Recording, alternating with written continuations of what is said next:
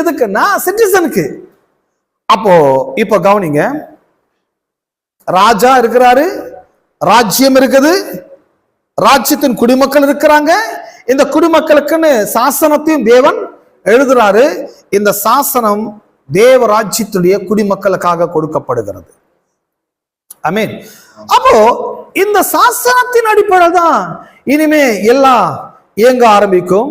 அப்போ ராஜ்யத்தின் குடிமக்களா இருக்கிறவங்க, ராஜ்யத்தின் பிள்ளைகளா இருக்கிறவங்க, தேவன் என்ன சாசனம் எழுதி கொடுத்திருக்கிறாரு, என்னுடைய பிரச்சனைக்கு என்ன விதமான உயில் எழுதி இருக்குது, சாசனம் எழுதப்பட்டிருக்குது அப்படிங்கிறத அவங்க கேட்டு அதை விளங்கி அதை விசுவாசிக்கும் போது, அதை புரிந்து கொள்ளும் போது, அதை அவங்க பிரகடனப்படுத்தும் போது அந்த சாசன வார்த்தைகள் அவர்களுக்கு அமுல்படுத்தப்படுகிறது. அப்போ சட்டத்துல ஒரு வார்த்தை இருந்தா கண்டிப்பா அது நிறைவேறிய தீரும். சட்டத்துல இல்லாத ஒண்ண